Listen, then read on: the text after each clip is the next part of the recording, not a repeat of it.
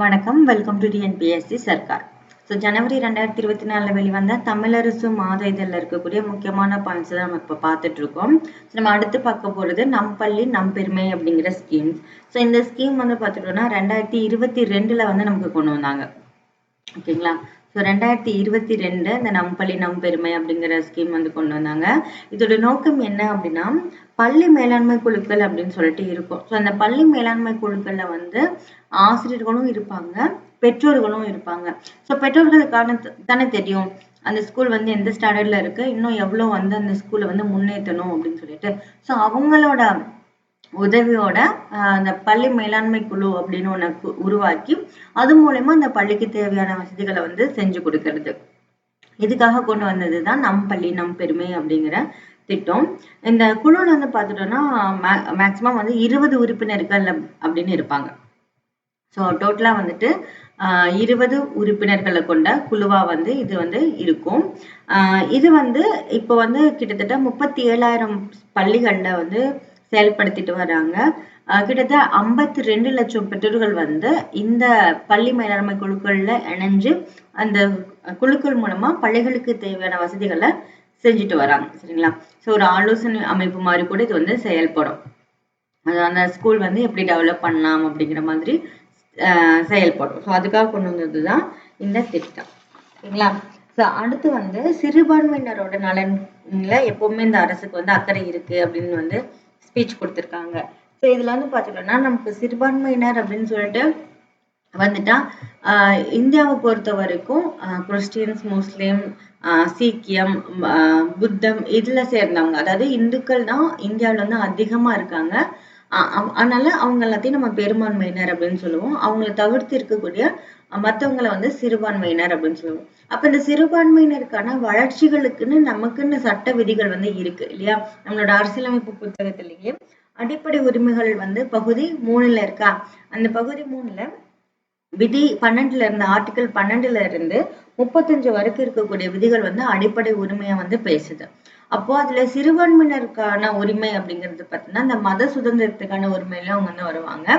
அதே மாதிரி பள்ளிகள் நிறுவுவதற்கோ, கல்லூரிகள் வந்து நிறுவுவதற்கோ அவங்க சார்பில் சிறுபான்மையினருக்கு நல்ல குழந்தைகளுக்கு வந்து பள்ளி தனியார் நிறுவுவதற்கோ, அப்புறம் வந்து மற்ற நிறுவனங்களை நிறுவுறதுக்கும் வந்து அவங்களுக்கு உரிமை அப்படிங்கிறது வழங்கப்பட்டிருக்கு.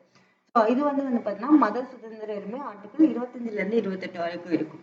அந்த 28 பேஸ் பண்ணி தான் அவங்க கல்வி நிறுவனங்கள் வந்து இருப்பாங்க, நிறுவுவாங்க.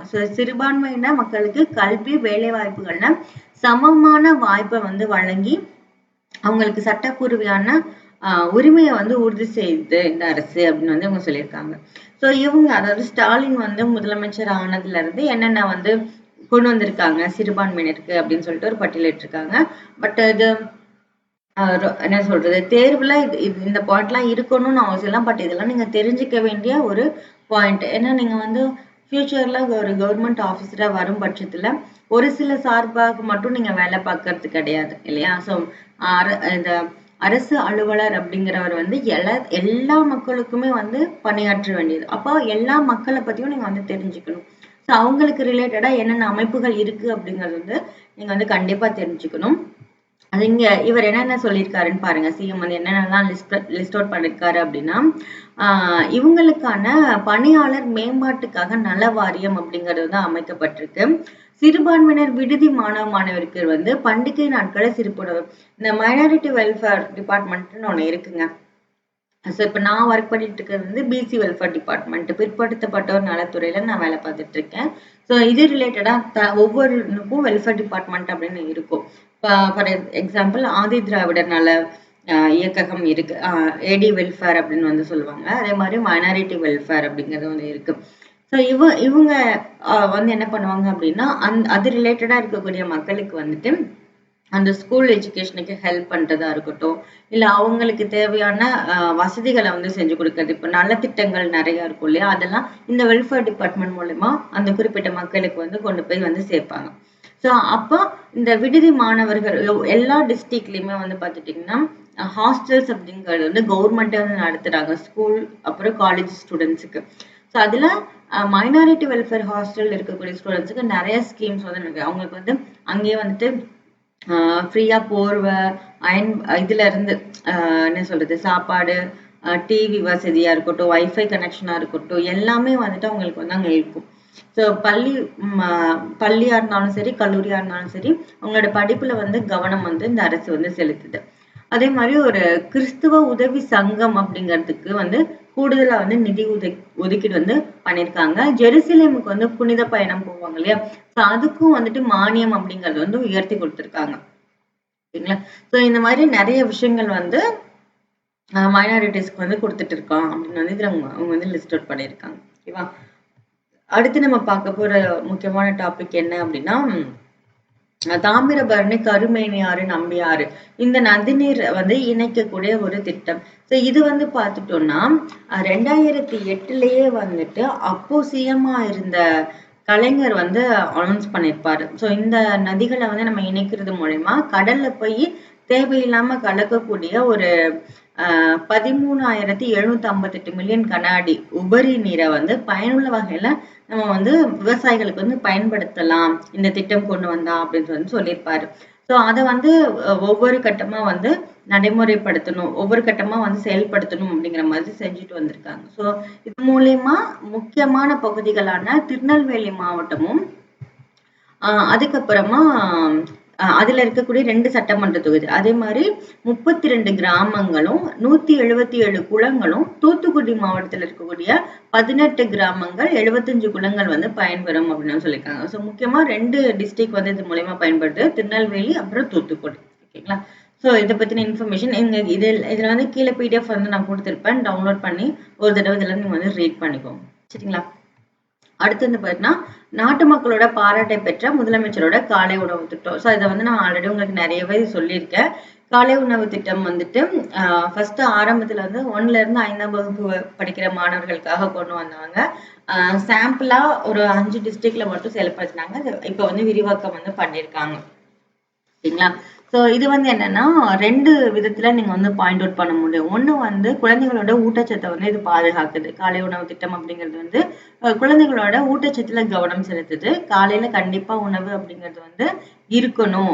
யார் யாரெல்லாம் சாப்பிடல அவங்களாம் கண்டிப்பா காலையில சாப்பிடணும் அப்படின்னு வந்து சொல்லுது. இன்னொன்னு வந்து பெண்களுக்கு அதிகாரம் அளித்தல் அப்படிங்கிற வகையில வந்துட்டு பாத்தீங்கன்னா, இப்ப வந்து ஆணும் பெண்ணும் ஈக்குவலா வந்து வேலைக்கு போறாங்க. ஸோ அப்ப வேலைக்கு போற பெண்களுக்கு வந்து பணி சுமையை வந்து குறைக்கணும் அப்படிங்கிறதுக்காகவும் இந்த திட்டம் வந்து கொண்டு வரப்பட்டது. இதுல வந்து பாத்தீங்கன்னா, அவங்க காலையில சமைக்கிற எந்த சாப்பாடுமே வந்துட்டு வேஸ்ட் ஆகிறது கிடையாது. இப்போ 1ல இருந்து 5ஆம் வகுப்பு மாணவருக்கு தான் இந்த திட்டம் அப்படின்னாலும் கூட, மிச்சமாகிற சாதத்தை 6ல இருந்து 10ஆம் வகுப்பு இருக்கக்கூடிய மாணவர்கள் யாரெல்லாம் காலை உணவு சாப்பிடாம வந்திருக்காங்களோ, அவங்களுக்கு வந்து இதை வந்து பயன்படுத்துறாங்க. ஸோ இது உண்மையாவே ஒரு சூப்பரான திட்டம் அப்படின்னு வந்து சொல்லலாம். அடுத்து வந்து கேலோ இந்தியா இளைஞர் விளையாட்டு போட்டி. இது வந்து ஜனவரி மந்த் 19ல இருந்து 31 வரைக்கும் வந்து நடந்தது. ஓகேங்களா. ஸோ இப்போ வந்து தமிழ்நாட்டை வந்து விளையாட்டுத் துறையில வந்து முன்னிலைப்படுத்துறதுக்காக நிறைய ஸ்கீம்ஸ் எல்லாம் வந்து தமிழ்நாடு அரசு வந்து கொண்டு வந்திருக்காங்க. அதுல ஒண்ணு அந்த கேலோ இந்தியா அப்படிங்கிற வகையில தமிழ்நாட்டுக்கும் தனியா ஒரு திட்டம் வந்து இருக்கு. ஸோ எப்படி வந்து இந்திய அளவுல கேலோ இந்தியா அப்படிங்கிற திட்டம் இருக்கோ, அது மாதிரி தமிழ்நாட்டு மாணவர்களுக்கும் இளைஞர்களுக்கும் விளையாட்டுகள்ல வந்து ஆர்வம் செலுத்தக்கூடிய வகையில தமிழ்நாடு அரசு வந்து நிறைய பயிற்சி வகுப்புகளையும் சரி, சான்றிதழ் வழங்கக்கூடிய நிறைய போட்டிகளையும் சரி நடத்திட்டு வராங்க. ஸோ இது எப்ப நடந்தது அப்படிங்கிறத ஞாபகம் வச்சுக்கோங்க. ஜனவரி மந்தே வந்து இது நடந்துருச்சு. ஓகேவா. அடுத்து வந்து இது வந்து ஊக்கத்தொகை திட்டம். மிக்ஜாம் புயலால பாதிக்கப்பட்ட பகுதிகளில் இவங்க வந்து ஊக்கத்தொகை வந்து கொடுத்துருக்காங்க. இப்போ புயல் பாதிப்பு அப்படிங்கிறது வந்து அடிக்கடி நடக்கக்கூடிய ஒண்ணுதான். அதாவது நவம்பர் டிசம்பர் காலத்துல வந்து அதிகமாவே நடக்குது அப்படின்னு வந்து சொல்லலாம். இந்த புயல் ரிலேட்டடா, அதாவது புயல் இல்ல, பொதுவா பேரிடர் ரிலேட்டடா வந்து தமிழ்நாட்டு மக்களுக்கு உதவி பண்றதுக்கு என்ன அமைப்பு இருக்கு அப்படின்னு பார்த்துட்டோம்னா, தமிழ்நாடு பேரிடர் மேலாண்மை ஆணையம் அப்படின்னு சொல்லிட்டு ஒண்ணு இருக்கு. இந்த ஆணையம் வந்து 2003ல வந்து கொண்டு வந்தாங்க. தமிழ்நாடு பேரிடர் மேலாண்மை ஆணையம் வந்து 2003ல வந்து கொண்டு வந்தாங்க. அப்ப கொண்டு வரப்போ வந்து யாரு தலைவரா இருந்தாங்க அப்படின்னு பார்த்தா, தலைமைச் செயலாளர் தான் வந்து தலைவரா இருந்தாங்க. ஓகேவா. தமிழ்நாடு மாநில பேரிடர் அபாய தணிப்பு முகமையா மார்ச் 2013ல. ஸோ தமிழ்நாடு மாநில பேரிடர் அபாய தணிப்பு முகமை கொண்டு வரப்பட்ட ஆண்டு வந்து 2013. இந்த பேரிடர் அப்படிங்கிறது வந்து பேரிடர் மேலாண்மை அப்படிங்கிறது வந்து மெயின்ஸ்ல இருந்து ஒரு முக்கியமான டாபிக். ஓகேங்களா. அதை வந்து நீங்க ஒமிட் பண்ணிட்டு சிலபஸ் வந்து கவர் பண்ணவே முடியாது. மத்திய அரசோட பேரிடர் மேலாண்மை சட்டம் வந்து 2005 கொண்டு வந்தாங்க. ஓகேவா? அந்த சட்டத்தின்படி இந்த தமிழ்நாடு பேரிடர் மேலாண்மை, அதாவது மாநில பேரிடர் மேலாண்மை ஆணையம் இருக்குல்ல, அதுக்கு வந்து சிஎம் வந்து தலைவரா இருக்கணும் அப்படின்னு வந்து சொன்னாங்க. ஸோ மத்திய அரசோட பேரிடர் மேலாண்மை சட்டம் 2005 வந்துச்சு. ஆனா தமிழ்நாடு பேரிடர் மேலாண்மை ஆணையம்ங்கிறது 2003 வந்து அமைக்கப்பட்டது. ஸோ இதை வந்து நீங்க புரிஞ்சுக்கணும். ஸோ மத்திய அரசு சட்டம் கொண்டு வரதுக்கு முன்னாடியே தமிழ்நாடு கவர்மெண்ட் வந்து அதுக்கு வந்து ஸ்டெப் எடுத்துட்டாங்க. 2003 வந்து தலைமை செயலரை வந்து தலைவராக கொண்ட ஒரு ஆணையம் வந்து அமைக்கப்பட்டது பேரிடருக்குன்னு. ஆனா மத்திய அரசு 2005 ஒரு சட்டம் போட்டாங்க இல்லையா, அந்த சட்டத்தின்படி அதோட மாநிலத்தில் இருக்கக்கூடிய அந்த பேரிடர் மேலாண்மை ஆணையத்தோட தலைவர் வந்து சிஎம்ஆ இருக்கணும் அப்படின்னு அதுல விதி இருக்கிறதுனால இப்போ வந்து அதோட தலைவர் வந்து சிஎம்ஆ தான் வந்துட்டு இருக்காங்க. ஓகேங்களா? ஸோ மிக்ஸாம் புயல் வந்து வந்தது இல்லையா, ஸோ அதுல பாதிக்கப்பட்ட பகுதிகளுக்கு வந்து சிஎம் வந்து நிவாரணங்களை வந்து வழங்கிட்டு வர்றாரு. ஸோ நீங்க இந்த பேரிடர்லாம் படிக்கும்போது இந்த புயலுக்கு வந்து எந்தெந்த நாடுகள்லாம் பெயர் சூட்டுறாங்க, ஒவ்வொரு புயலும் ஒவ்வொரு ஸ்டேஜ்ல வந்து ஃபேமஸ் ஆகும். ஸோ அந்த புயலுக்கு எந்த நாடு பெயர் வழங்குச்சு அப்படிங்கிறத நீங்க நல்லா ஞாபகம் வச்சுக்கணும். ஓகேங்களா? இதெல்லாம் வந்துட்டு நீங்க அப்பப்போ அப்டேட் பண்ண வேண்டிய ஒரு விஷயம். ஸோ அடுத்து வந்து பார்த்தீங்கன்னா, இது அவ்வளவா முக்கியம் இல்லை. நம்ம டைரக்டா முக்கியமான பாயிண்ட்டுக்கே வந்து போயிடலாம். ஸோ நிறைய வளர்ச்சி திட்டங்களை வந்து இவர் வந்து கொடுத்துட்டே வருவார். இங்க பாருங்க, மிக்ஸாம் புயலால பாதிக்கப்பட்ட சென்னை, செங்கல்பட்டு, காஞ்சிபுரம், திருவள்ளூர் மாவட்டங்களுக்கு வாழ்வாதாரம் பாதிக்கப்பட்ட மக்களுக்கு வந்து 6000 ரூபாய் நிவாரணம் அப்படிங்கிறது வந்து சிஎம் வந்து வழங்கியிருக்கார். ஓகே, அது ரிலேட்டடா மோடியும் வந்து அவர் மீட் பண்ணியிருப்பாரு. இது வந்து பேரிடரா அறிவிங்க அப்படிங்கிற மாதிரி சொல்லிட்டு போய் மீட் பண்ணியிருப்பாரு. அடுத்து மக்கள் போற்றிய மகத்தான திட்டங்கள். ஓகேங்களா? ஸோ அந்த காலகட்டத்தில், அதாவது கலைஞர் வந்து சிஎம் இருக்கும்போது கொண்டு வந்த ஒரு முக்கியமான திட்டம் தான் அந்த உழவர் சந்தை திட்டம் அப்படிங்கிறது. ஸோ இவர் என்ன பண்ணாருன்னா, மாவட்டம் தோறும் எல்லா மாவட்டத்திலையும் உழவர் சந்தைகளை வந்து ஓப்பன் பண்ணி வச்சாரு. ஸோ விவசாயிகள் வந்து நேரடியா வந்து பொருட்களை வந்து வித்துக்கலாம் அப்படிங்கிற மாதிரி. ஓகேங்களா? எப்போனா 1999 வந்து மதுரை மாவட்டத்துல தான் வந்து இதை ஸ்டார்ட் பண்ணி வச்சாரு. அதுக்கப்புறம் ஏடிஎம்கே வரும்போது நிறைய பயன்படுத்த முடியாத இருக்கக்கூடிய உழவர் சந்தைகள் எல்லாத்தையுமே அவங்க க்ளோஸ் பண்ணாங்க. அதுக்கப்புறம் கொஞ்சம் கொஞ்சமா வந்து அந்த சந்தைகள் அப்படிங்கிறது வந்து எல்லாமே போயிடுச்சு.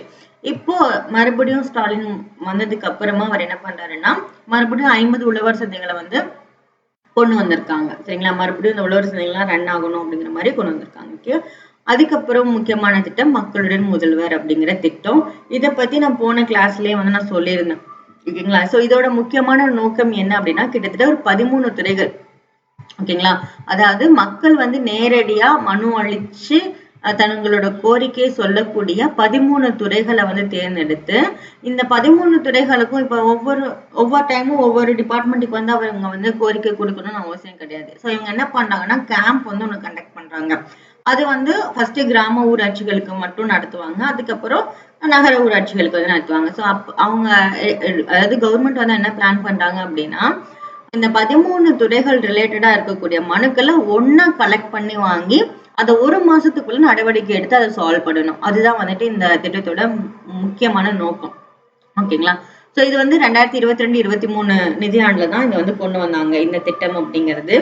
ஸோ முக்கியமான நோக்கம் வந்து மக்களுக்கு நலத்திட்டங்களை சீக்கிரம் கொண்டு போய் சேர்க்கணும். அதே மாதிரி அவங்களோட குறைகளை வந்து சீக்கிரமா நிவர்த்தி பண்ணணும் அப்படிங்கிறதுக்காக. ஓகேங்களா? ஸோ 2023 டிசம்பர்ல வந்து இதை ஸ்டார்ட் பண்ணிருக்காங்க. எங்கன்னா கோயம்புத்தூர், ஆவாரம் பாளையத்துல. நீங்க கரெக்டான டேட் வந்து எக்ஸாம்ல மென்ஷன் பண்ணணும்னு அவசியம் இல்லை. நீங்க உங்களுக்கு கன்ஃபியூஸா இருக்க மாதிரினா இந்த நிதியாண்டை மட்டும் நீங்க மென்ஷன் பண்ணலாம். 2022-23 நிதியாண்டுல கொண்டு வந்தாங்க அப்படிங்கிற மாதிரி நீங்க போட்டுடலாம். ஓகேவா? ஸோ அடுத்து வந்து அடுத்த முக்கியமான திட்டம் என்ன அப்படின்னு வந்து பார்த்துக்கலாம். அரசு பள்ளிகளோட கட்டிடங்களை வந்து நிறைய டெவலப் பண்ணிட்டே வராங்க. ஓகேங்களா? ஸோ குழந்தை நேய பள்ளி உட்கட்டமைப்பு மேம்பாட்டு திட்டம் அப்படின்னு ஒரு திட்டம் வந்து கொண்டு வந்திருக்காங்க. ஸோ இது மூலயமா வந்துட்டு பார்த்தீங்கன்னா ஒரு 1000 புதிய வகுப்பறைகள் வந்து கட்டப்பட்டிருக்கு அப்படின்னு வந்து சொல்லியிருக்காங்க. ஓகேங்களா? ஸோ அடுத்த ஒரு முக்கியமானது வந்து இது ஆதி திராவிடர் மற்றும் பழங்குடியினர் நலத்துறை. நான் முன்னமே சொன்னேன் இல்லையா, நிறைய வெல்ஃபேர் டிபார்ட்மெண்ட் வந்து இருக்கு அப்படின்னு சொல்லிட்டு. ஸோ ஒவ்வொரு டிபார்ட்மெண்ட்டுக்கும் என்ன சொல்றது, சம் ஸ்கீம்ஸ் வந்து அவங்க ஒதுக்கியிருப்பாங்க. ஸோ இந்த டிபார்ட்மெண்ட் வந்து இந்த ஸ்கீம்ஸோ இல்லை இந்த செயல்பாடுகளை வந்து மக்களுக்கு கொண்டு போய் சேர்க்கணும் அப்படின்னு சொல்லிட்டு. ஸோ அதே மாதிரி இவங்க அதாவது ஆதி திராவிடர்னு கிடையாது, எல்லா டிபார்ட்மெண்ட்லயுமே என்ன பண்ணுன்னா இந்த தொழில் நிறுவனங்கள் துறை சார்பா வந்து நடக்கும். அதாவது அவங்களோட அந்த பிரிவு மக்களோட பொருளாதார முன்னேற்றத்துக்கான திட்டங்களை வந்து நிறைய வந்து கொடுப்பாங்க. அதே மாதிரி தான் இவங்க வந்து ஒரு 194 கோடி மதிப்பிலான நலத்திட்டங்கள் வந்து இந்த டிபார்ட்மெண்ட் மூலியமா வந்து கொடுத்திருக்காங்க. சரிங்களா? ஸோ ஒவ்வொரு டிபார்ட்மெண்ட் பத்தியும் வந்து நீங்க நல்லா தெரிஞ்சு வச்சுக்கோங்க. ஸோ அடுத்து ஒரு முக்கியமான டேட்டா என்ன இருக்கு அப்படின்னு சொல்லிட்டு பார்ப்போம். இதெல்லாம் அந்த டிபார்ட்மெண்ட் மூலியமா என்னென்ன பண்ணாங்க அப்படிங்கிறது. ஸோ அடுத்து வைக்கம் போராட்டம் நூற்றாண்டு சிறப்பு விழாவில் வைக்கம் போராட்டம் நூற்றாண்டு மலர் அப்படிங்கறத வந்து வெளியிட்டிருக்காங்க. இதை வந்து நம்ம ஹிஸ்டரி படிக்கும் போது நிறைய படிச்சிருப்போம். வைக்கம் போராட்டம் வந்து எங்க நடந்தது அப்படின்னா எல்லாருக்குமே தெரியும், கேரளாவில் வந்து நடந்திருக்கும் இல்லையா? ஸோ வைக்கம் அப்படிங்கிற இடத்துல வந்து நடந்திருக்கும். ஸோ இதோட ஆரிஜின் வந்து தெரிஞ்சுக்கோங்க. ஓகேவா? கோட்டயம் மாவட்டம், அதாவது கேரளா மாவட்டம், இந்த பேரா வந்து நல்லா பார்த்துக்கோங்க. கேரளா மாநிலத்துல கோட்டயம் மாவட்டத்துல இருக்கக்கூடிய வைக்கம் அப்படிங்கிற இடத்துல மகாதேவர் கோவிலை சுற்றி இருக்கக்கூடிய தெருக்கள்ல நடக்கிறதுக்கே வந்து ஒடுக்கப்பட்டவர்களுக்கு வந்து அனுமதி கிடையாது. ஸோ அந்த அந்த பாதை வழியா அந்த தெரு வழியா ஒடுக்கப்பட்டவங்க நடக்கக்கூடாது அப்படிங்கிற மாதிரி ஒரு எழுதப்படாத சட்டம் வந்து இருந்தது. அதை வந்து இல்ல அப்படிலாம் கிடையாது, எல்லாருக்கும் எல்லாமே வேணும் அப்படின்னு சொல்லிட்டு வைக்கம் அப்படிங்கிற இடத்துல ஒரு போராட்டம் வந்து நடத்தினாங்க. சரிங்களா? சோ அந்த போராட்டத்துக்கு தந்தை பெரியார் வந்து போனதுக்கு அப்புறமா அந்த போராட்டம் இன்னுமே தீவிரமாச்சு. ஓகேங்களா? சோ அந்த போராட்டம் வெற்றியும் அடைஞ்சது. ஓகேவா?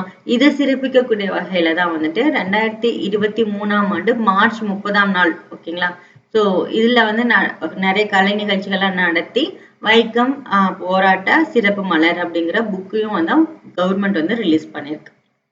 ஓகே, அடுத்து அதுல நிறைய புக்ஸ் வந்து ரிலீஸ் பண்ணிருப்பாங்க, நிறைய கட்டுரைகளை வந்து ரிலீஸ் பண்ணிருப்பாங்க, அதெல்லாம் வந்து மென்ஷன் பண்ணிருக்காங்க. அடுத்து ஒரு முக்கியமான இது வந்து பார்க்கலாம். பெரியாரை பத்தி கொடுத்திருப்பாங்க. அடுத்து வந்து இந்த கிளாம்பாக்கம் பேருந்து நிலையம் வந்து செயல்பாட்டுக்கு வந்து கொண்டு வந்திருப்பாங்க இல்லையா, அதை வந்து சொல்லியிருப்பாங்க. ஸோ சென்னை கிளாம்பாக்கத்துல ஆக்சுவலா இது வந்து செங்கல்பட்டு டிஸ்ட்ரிக்ட்ல வந்து இருக்கும் கிளாம்பாக்கம் அப்படிங்கிறது. 393.74 கோடி மதிப்பீட்டுல இந்த பேருந்து முனையம் அப்படிங்கிறது வந்து அமைக்கப்பட்டிருக்கு. ஸோ மக்களோட அந்த விழா காலங்கள் வந்து சென்னையில இருந்து போற மக்கள் வெளியூர்களுக்கு போற மக்கள் வந்து அதிகம். ஸோ அப்போ வந்து நிறைய டிராஃபிக்ஸ் வந்து ஏற்படுது, நிறைய பேருக்கு பஸ் கிடைக்க மாட்டேங்குது. இது எல்லாத்தையும் சால்வ் பண்ணணும் அப்படிங்கிறதுக்காக தான் கிட்டத்தட்ட 88.52 ஏக்கர் பரப்பளவுல, ஓகேங்களா, ஸோ இது வந்து இந்த முனையம் பேருந்து முனையம் அப்படிங்கிறது வந்து கட்டப்பட்டிருக்கு அப்படின்னு வந்து சொல்லியிருக்காங்க. ஓகேவா? ஸோ இதுவும் வந்து கோயம்பேட்டு கிட்டத்தட்ட அந்த அளவுக்கு பெரிய ஒரு பேருந்து நிலையம் தான். ஸோ அதுக்கப்புறம் எல்லாமே வந்து சப்ஸ்கீம்ஸ் தாங்க நிறைய கொடுத்துருப்பாங்க. இந்த அளவுக்கு ரொம்ப டீப்பா போய் சப்ஸ்கீம்ஸ் படிக்கணும் அப்படின்னு அவசியம் இல்லை. ஸோ நீங்க வந்து ஜென்ரலா வந்து தெரிஞ்சுக்கிட்டாலே வந்து போதுமானதா இருக்கும். ஸோ இதோட வந்து ஜனவரி மந்த்ல ரிலீஸ் ஆன அந்த தமிழரசு மேகசின் வந்து நம்ம ஓரளவுக்கு பார்த்துட்டோம். ஓகேவா? ஸோ இப்போ வந்து என்னென்ன பார்த்துருக்கோம் அப்படிங்கிறத நம்ம இங்க தெரிஞ்சுக்கலாம். ஒரு தடவை பார்த்துடலாம். சரியா? என்னென்ன பார்த்துருக்கோம் அப்படின்னு பார்த்துட்டோம்னா, இப்போ ஜனவரி மந்த்ல வெளியான இந்த தமிழரசுல வந்து முக்கியமா நீங்க படிக்க வேண்டியது வந்து நான் சொல்லிடுறேன். இந்த உலக முதலீட்டாளர் மாநாடு கண்டிப்பா நீங்க தெரிஞ்சுக்கணும். ஏன்னா எவ்வளவு இன்வெஸ்ட்மெண்ட் பண்ணிருக்காங்க, அது மூலியமா எத்தனை பேருக்கு வேலை வாய்ப்பு கிடைக்குது அப்படிங்கிறது வந்து நீங்க கண்டிப்பா தெரிஞ்சுக்கணும். ஓகேங்களா? அதுக்கப்புறம் ஸ்கீம்ஸ், மக்களுடன் முதல்வர் திட்டம் அப்படிங்கிறது 2023 டிசம்பர் மந்த் வந்து அனௌன்ஸ் பண்ணி செயல்படுத்திட்டு வராங்க. இதை வந்து தெரிஞ்சுக்கணும். அதுக்கப்புறம் கல்வியில சமூக நீதியும் புதுமைகளும் புகுத்துறது பல்கலைக்கழகத்தோட நோக்கமா இருக்குன்னு ஒரு ஸ்பீச் வந்து கொடுத்திருக்காங்க. அதுல இந்திய லெவல்ல தமிழ்நாடு வந்து எந்த லெவல்ல இருக்கு, உயர்கல்வி சேர்க்கையா இருக்கட்டும், இல்ல மத்த முக்கியமான கல்லூரிகளோட லிஸ்ட்ல தமிழ்நாட்டை சேர்ந்த எத்தனை கல்லூரிகள் இருக்கு, இது எல்லாமே நீங்க வந்து தெரிஞ்சுக்கணும். ஏன்னா கல்வி அப்படிங்கிறது சோசியல் இஷ்யூஸ்ல ஒரு முக்கியமான ஒரு டாபிக். ஓகேங்களா? ஸோ எல்லா பிரச்சனைக்கும் அடிப்படை காரணம் அப்படிங்கிறது கல்வி அறிவு இல்லாம இருக்கிறது தான். ஸோ கல்வி அறிவு அப்படிங்கிறது எல்லா மக்களுக்கும் கொடுத்துட்டோம் அப்படின்னாலே முக்கால்வாசி பிரச்சனை அப்படிங்கிறது சால்வ் ஆயிடும். ஓகேங்களா? அடுத்து சிறுபான்மையினர் நலன் பாதுகாப்புல நலம்புரி அரசு வந்து செயல்படுது இல்லையா, ஸோ அவங்களுக்கு என்ன ஸ்கீம்ஸ் கொடுத்துருக்காங்க, இந்த இதுல வந்து மிக்ஸாம் புயலை மட்டும் பத்தி சொல்லியிருப்பாங்க. ஓகேங்களா? நீங்க படிக்கும்போது என்ன பண்ணணும்னா அது ரிலேட்டடா இருக்கக்கூடிய சிலபஸ் ஓரியன்டா இருக்கக்கூடிய டாபிக்ஸ். பேரிடர் மேலாண்மை பத்தி தெரிஞ்சுக்கணும். தமிழ்நாடு பேரிடர் மேலாண்மை ஆணையம் எப்ப அமைக்கப்பட்டது அப்படிங்கறத தெரிஞ்சுக்கணும். அதோட தலைவர் யாரு, இதெல்லாமே வந்து தெரிஞ்சுக்கணும். ஓகேங்களா? அடுத்து இதுல இருக்கக்கூடியது முக்கியமானது அப்படிங்கிறது இதுதான். இதெல்லாம் வந்து ஜெனரலா கொடுத்திருப்பாங்க. ஸோ வைக்கம் போராட்டம் நம்ம ஆல்ரெடி ஹிஸ்டரியில வந்து படிச்சதுதான். ஜஸ்ட் ஒன்ஸ் பார்த்துக்கோங்க. கிளாம்பாக்கத்துல பேருந்து நிலையம் அப்படிங்கறது வந்து அமைச்சிருக்காங்க. அதே மாதிரி ஆளுநரை பார்த்து நிலுவையில இருக்கக்கூடிய மசோதாக்கெல்லாம் சீக்கிரம் நீங்க வந்து அப்ரூவல் கொடுங்க அப்படிங்கிற மாதிரி ஒரு பார்த்து பேசியிருக்காங்க. ஓகேங்களா? ஆனா இதுல வந்து என்னென்ன மசோதாக்கள் அப்படிங்கிறது வந்து அவங்க ஸ்பெசிஃபை பண்ணல. அதனால நான் இந்த டாபிக் வந்து நான் உங்களுக்கு சொல்லல. ஓகேவா? ஸோ இந்த பிடிஎஃப் வந்து கீழே லிங்க்ல இருக்கும். தமிழரசு மேகசினோடது. நீங்க டவுன்லோட் பண்ணி ஒரு தடவை கோ த்ரூ பண்ணிக்கோங்க. ஓகேங்களா? ஸோ நெக்ஸ்ட் கிளாஸ்ல வந்துட்டு பிப்ரவரி மந்த்ல தமிழரசுல வந்து என்னென்ன கொடுத்துருக்காங்க அப்படிங்கறத வந்து நெக்ஸ்ட் வீடியோல நான் உங்களுக்கு சொல்றேன். ஓகே, இந்த வீடியோ பிடிச்சிச்சுன்னா லைக் பண்ணுங்க. வேற ஏதாவது வீடியோ வேணும் கரண்ட் அஃபேர்ஸ் ரிலேட்டடா இல்லை ஏதாவது டாபிக் பத்தி போடுங்க அப்படின்னு சொன்னாலும் நான் கண்டிப்பா போடுறேன். உங்களுக்கு தேவைப்படக்கூடிய விஷயங்களை நீங்க கீழே கமெண்ட் வழியா கேட்டுக்கோங்க. தேங்க்யூ.